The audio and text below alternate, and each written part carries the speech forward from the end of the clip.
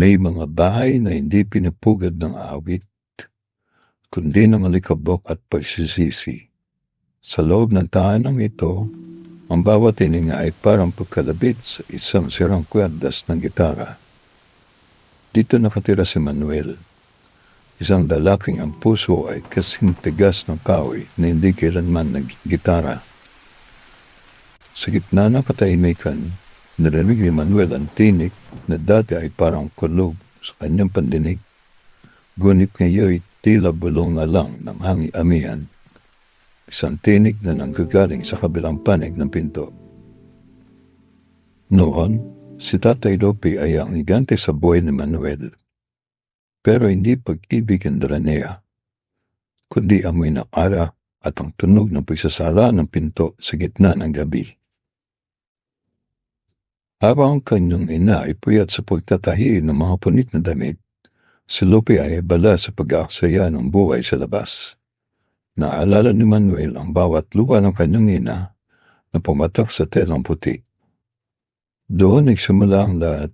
Ang bawat tahi ni nanay ay dalangin para sa pagbabalik ni Lope. Ngunit ang binalikan niya lang ay ang kanyang bangkay. Ang telang dapat sana ay simbolo ng dangal ay naging simbolo ng mahabang pagtitiis. Narito ang sandali, ang pagitan ng paghiganti at pagpapatawad. Ang amang kinakatakutan niya noon, ngayon ay parang isang tuyong daon na lang na naghihintay na tamayin ng hangin. Tumigil ang mundo. Ang bawat salita ni Manuel ay parang hampas ng martilyo. Pero sa halip na magalit, ang matanda ay tumitig lang.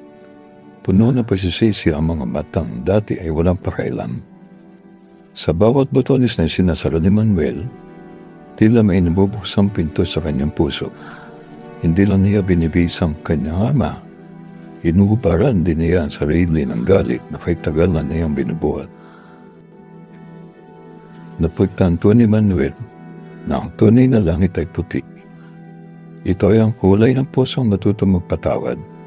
Sa huli, ang pagpapatawad ay ang pinakamagandang damit na maaari nating isuot bago tayo lumisan.